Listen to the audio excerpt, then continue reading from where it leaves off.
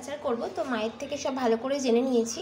তো এখানে আমি কুলটাকে ভালো করে আগে শুকিয়ে নিয়েছি, তারপরে ধুয়ে জলে একটু ভিজিয়ে রেখেছি।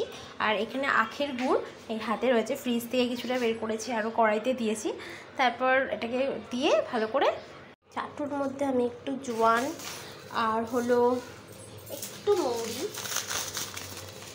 মৌরি ব্যাস এই পরিমাণটাই ঠিক আছে। মা বললো একটু বুঝে দিস, কোথায় ছিল একটু শুকনো লঙ্কাও দিতে বলেছিল, তো সেটাও দিয়ে নিলাম।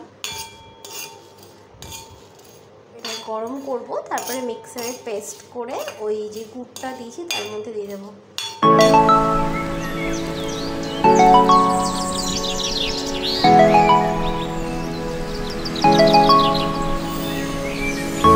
যে মশলাগুলো বলেছিল যে জোয়ান মৌরি, ওগুলোকে আমি পেস্ট করে নিয়ে গুড়ের মধ্যে দিয়ে দিয়েছি। এবার কুলটা এর মধ্যে দেবো, একটু নুন দিতে বলেছিল হালকা হাতে। গুড়ের মধ্যে সব মশলাগুলো দিয়ে দিয়েছিলাম, তারপর ভালো করে নাড়া দিয়ে যেই ভেজানো কুলগুলো ছিল সেগুলোকে আমি গুড়ের মধ্যে দিয়ে ভালো করে নাড়াচাড়া দিচ্ছি। তোমরা চাইলে একটুখানি নুন বা বিট নুনও দিতে পারো। ব্যাস রেডি কুলের আচার।